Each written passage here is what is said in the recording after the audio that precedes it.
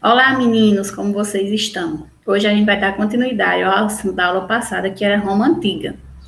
Eu vou fazer uma retrospectiva, rapidinho, sobre o que nós estudamos na aula passada. Nós vimos que a cidade de Roma está localizada na Península Itálica, nasceu de uma pequena aldeia, e se tornou um dos maiores impérios da antiguidade. Nós vimos que a história de Roma, a fundação de Roma, está envolta em algumas lendas. E uma delas, é a lenda dos gêmeos Rômulo e Remo. Segundo o poeta Virgílio, na sua obra Eneida, ele disse, ele fixou bem que os romanos são descendentes de Enéas. Enéas era um herói troiano, e depois que a cidade de Troia foi destruída pelos gregos, ele fugiu para a Itália. E foi a partir daí que se iniciou, de forma lendária, a fundação de Roma.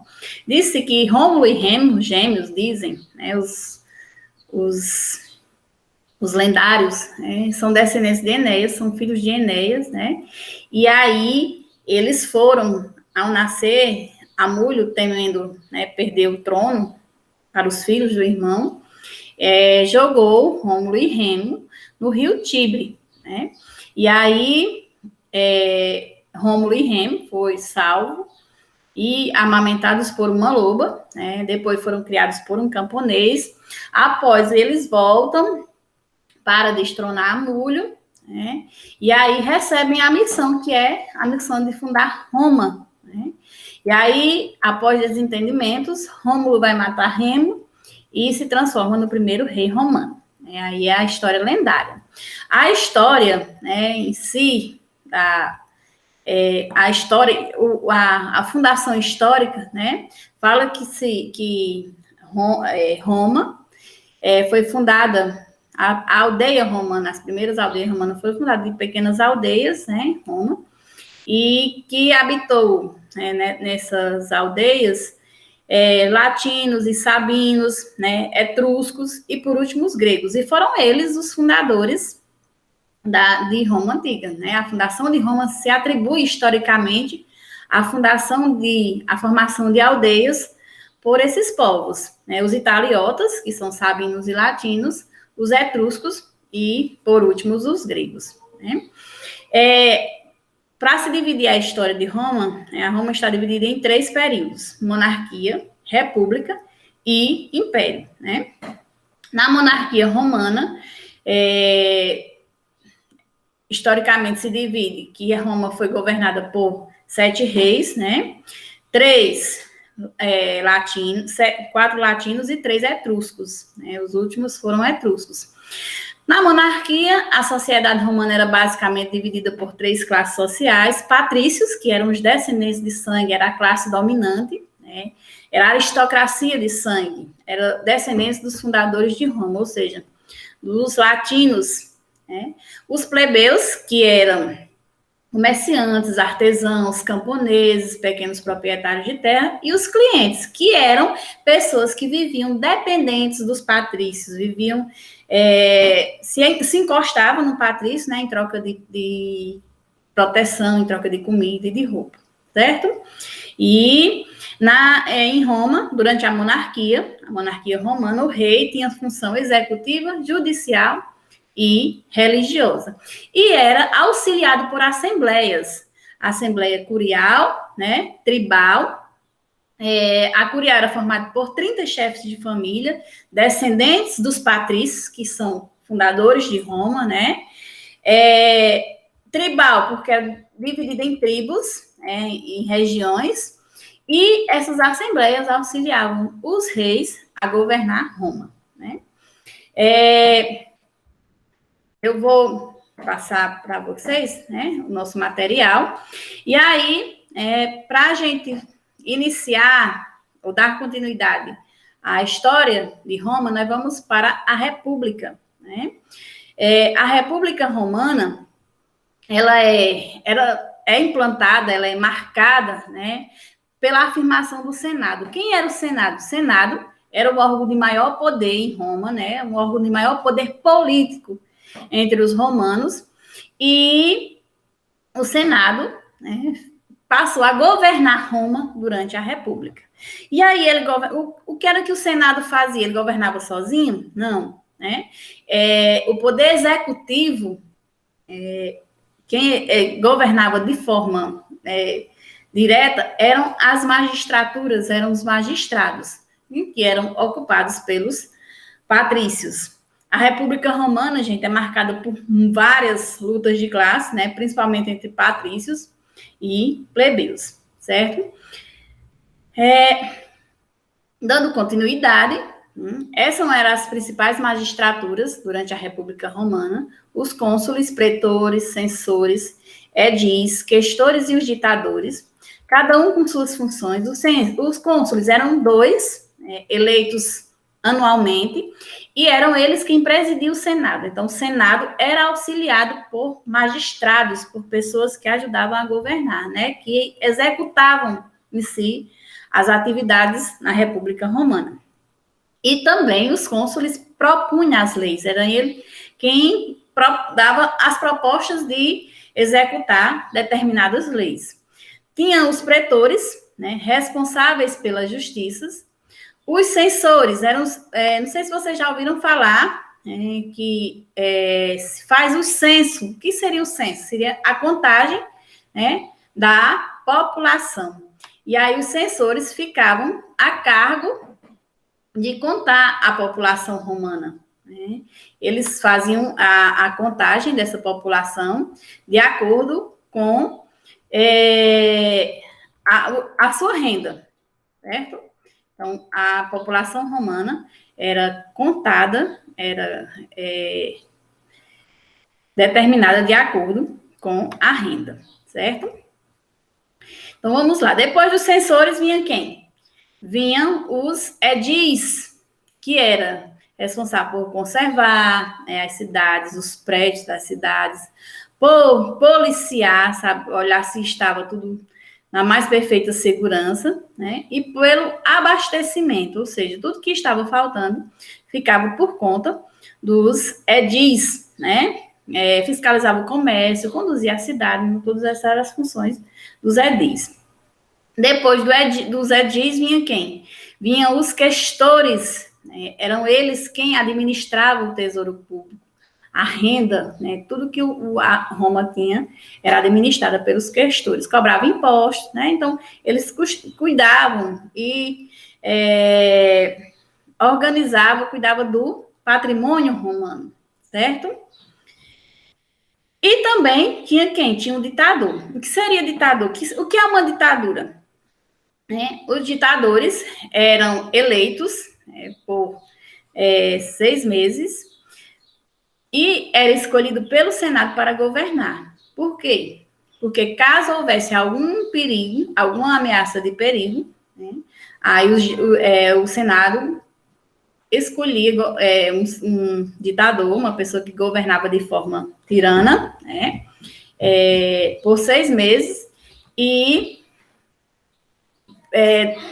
em momentos de...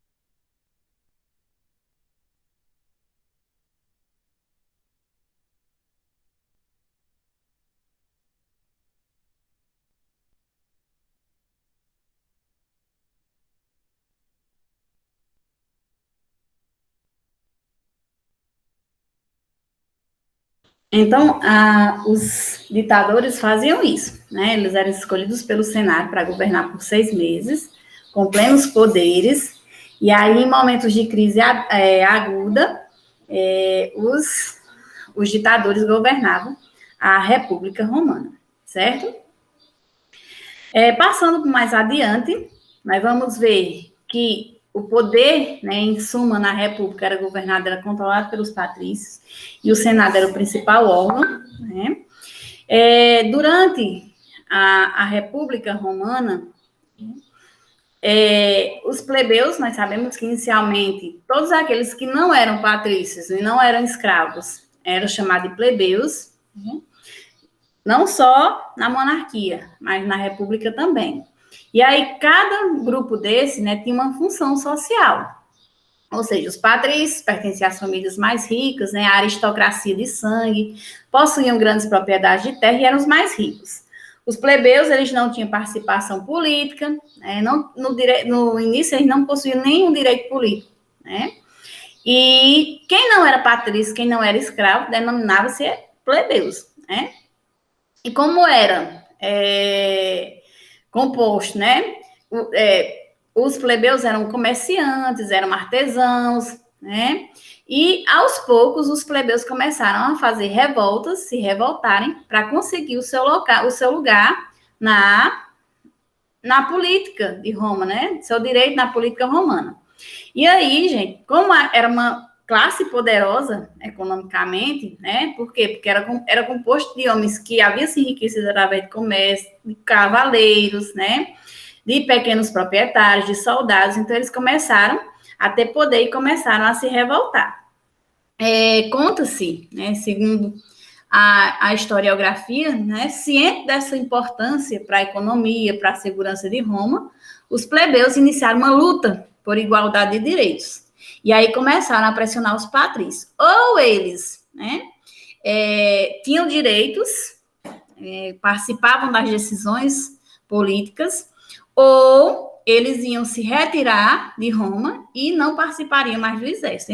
Então, por meio de muitas revoltas, os plebeus conseguiram alguns direitos, né? Dentre eles estão o tribuno da plebe, que era... eles ganharam o direito de eleger um tribuno, né, dentre os plebeus, magistrado encarregado de defender os interesses da plebe, né? E aí eles tinham poder de veto e de anular qualquer lei que eles achariam que seriam prejudiciais aos plebeus.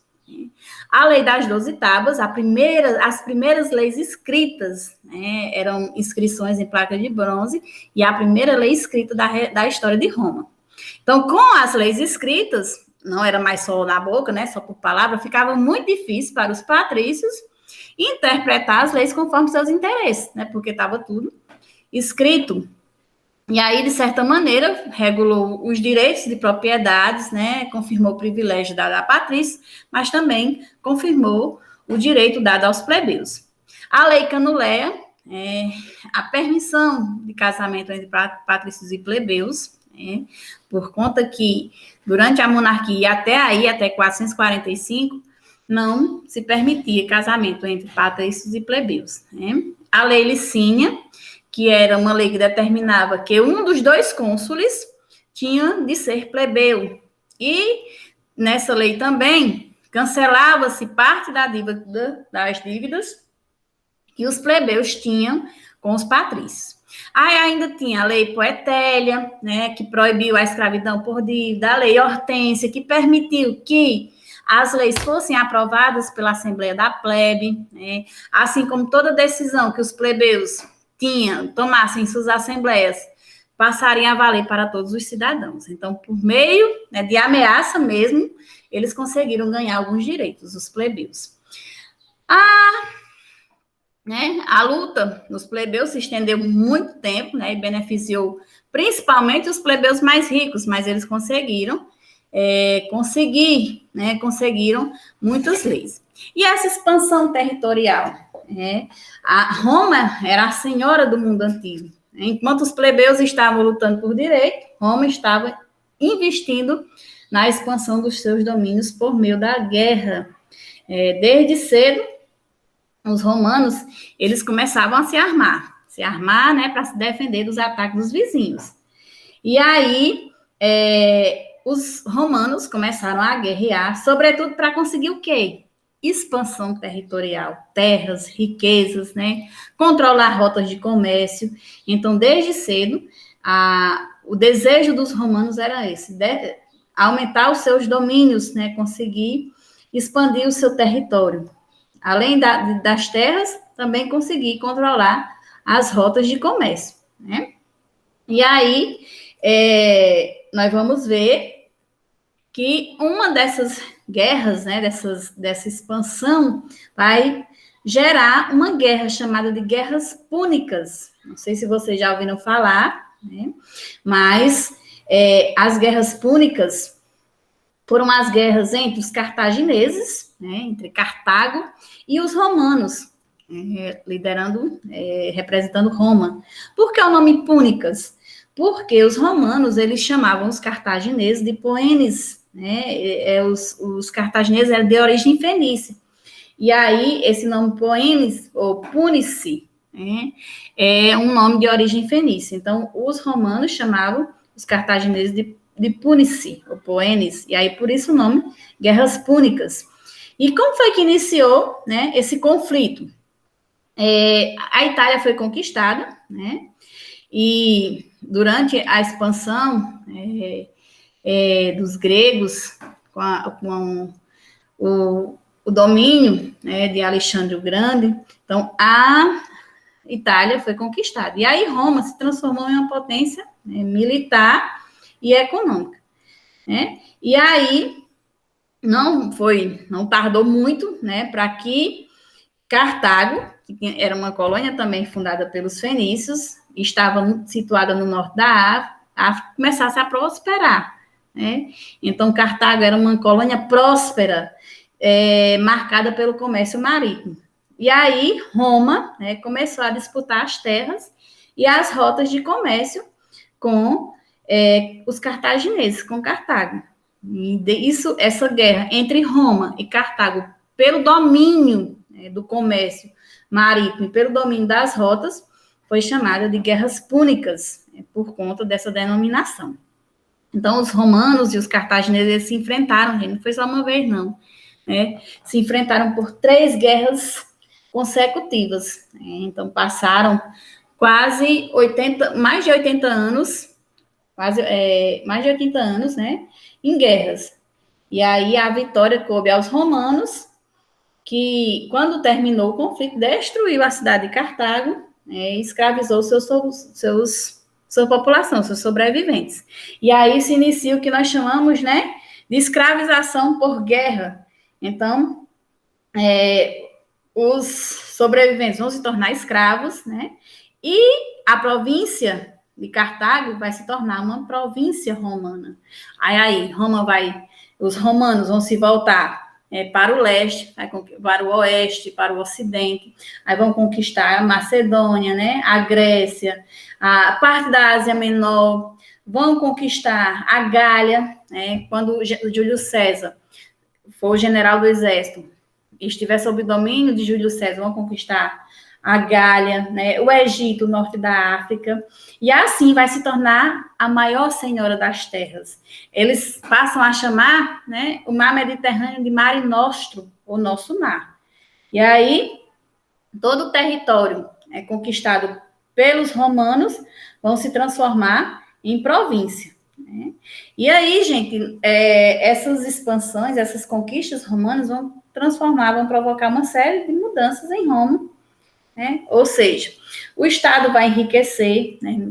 Vai juntar muitas terras, minas, rebanhos, impostos, né? Muitos bens.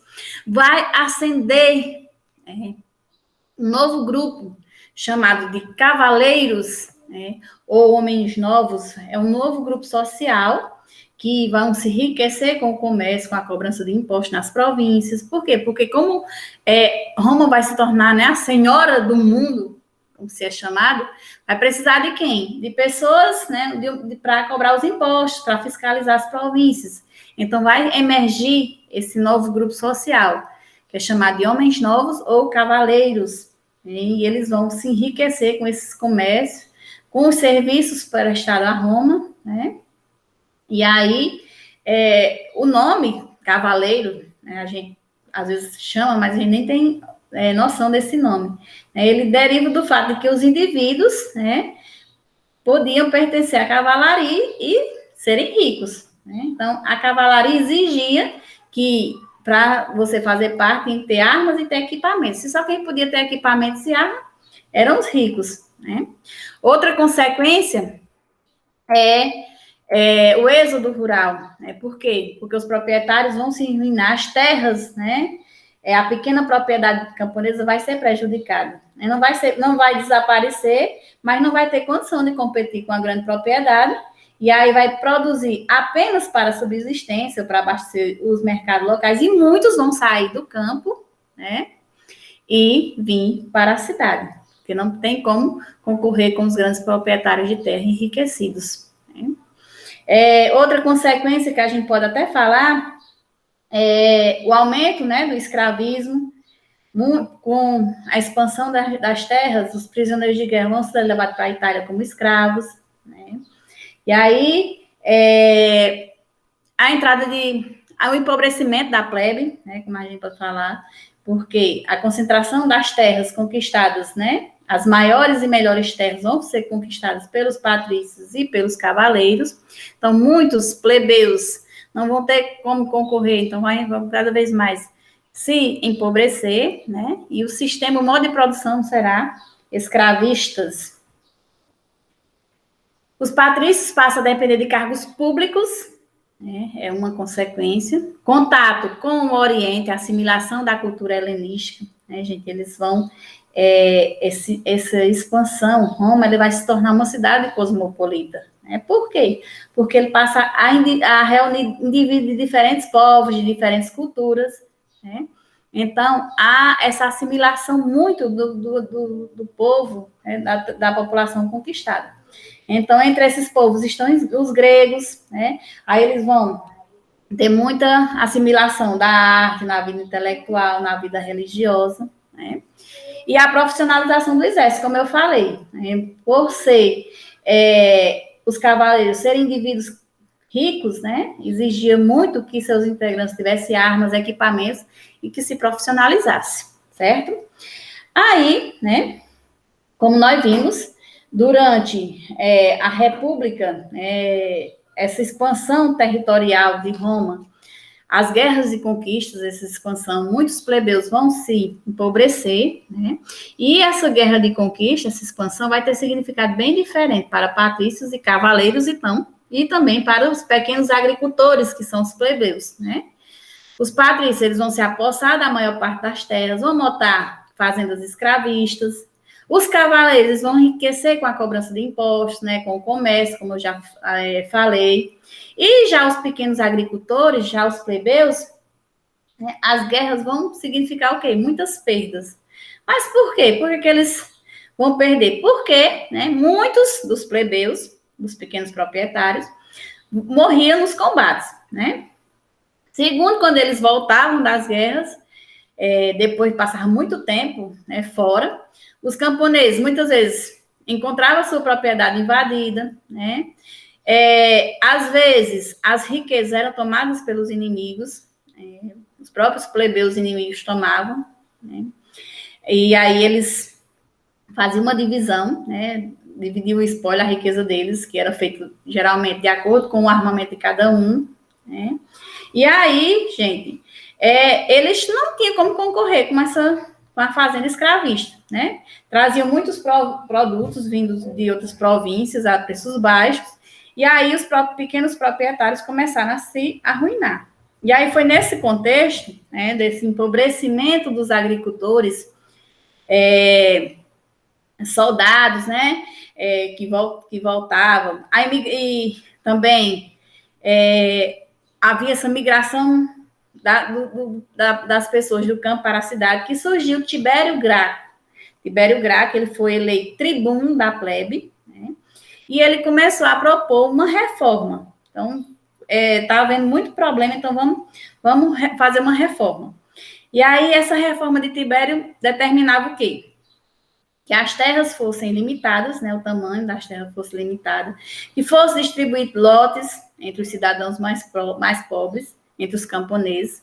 E aí, pelo que a gente já pode perceber, né, os camponeses, essas propostas foram bem recebidas pelos camponeses, né? Mas os grandes proprietários de terra, os patrícios, eles não receberam, né, muito bem essas propostas, não. Por quê? Porque eles temiam ser expropriados, né? E aí a tensão em Roma vai aumentar, Tibério Graco vai ser morto durante uma assembleia, né? E ser perseguido e morto. Aí vão eleger um outro tribuno da plebe, que é o irmão dele, Caio Graco, né?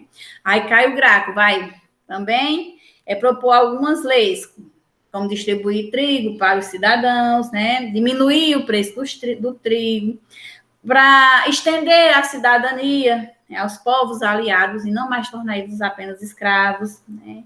Vai propor que o Estado pague equipamentos dos homens para ir à guerra. E aí, com essas leis, Caio vai se tornar bastante popular e o Senado não vai gostar nada disso e vai começar a perseguir Caio Graco, né? E Caio vai se suicidar. O que é que ele vai fazer? Vai pedir um escravo, né, que o mate. E aí, com a morte dos irmãos, né, de Tibério e Caio Graco, essa questão agrária vai continuar sem solução e a disputa pelo poder vai se tornar cada vez mais violenta, pessoal. Né? E aí vai haver uma crise, né? Por quê? Porque a crise da República não vai ser somente uma crise econômica, mas também uma crise política. Os patrícios, né, não querem aceitar as reformas, né? E vão começar a permitir que generais do exército ocupem o poder. Então, vai haver o quê? A ascensão de militares. Esses militares vão subtrair as funções do Senado. Né? E aí, por que os militares vão ter tanto poder na época? Porque nessas guerras de conquista, de expansão, as vitórias consecutivas vão dar poder e vão dar prestígio aos militares, né?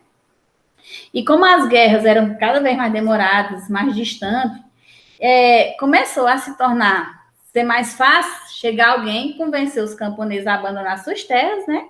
E participar das campanhas políticas. Então, foi dessa forma, né, que os militares começaram a ganhar poder. Eleito cônsul pela primeira vez, né, Mário instituiu o pagamento do salário aos soldados, e aí a gente pode até falar aqui, ó, Mário, plebe reformista e estilo conservador. Então, Mário vai instituir, né, pagamento de salário aos soldados, e aí vai cada vez mais camponeses querer participar das guerras, né? Vai instituir que o exército seja profissionalizado, né? E aí, consequentemente, o exército vai passar a ser mais composto de soldados de origem não romana. Né? Por quê? Porque vai ter um salário, né? E vai ser profissional, certo? Depois vai vir Silas, que também passou a governar, foi eleito cônsul, homem de confiança do Senado. E aí Silas vai se tornar, né, se fazer aclamar ditador perpétuo. É a primeira vez que Roma vê isso. E aí, nesse meio tempo, a gente vai ter muitas revoltas, chamadas de revoltas de escravos. E uma delas é Espartacus. Tem séries, tem filmes, se vocês puderem assistir, é bem interessante, certo? Essa ascensão dos militares, esse poder dos militares, né, vai formar o que nós chamamos de triunvirato. O que seria esse triunvirato? O governo de 3 pessoas. O primeiro triunvirato, né, de Crasso, Pompeu e Júlio César. O segundo triunvirato, de Marco Antônio, Lépido e Caio. Mas essa parte aí nós vamos ver na nossa próxima aula, certo? Espero que vocês tenham entendido, né? Qualquer dúvida, eu estou à disposição. E até a próxima.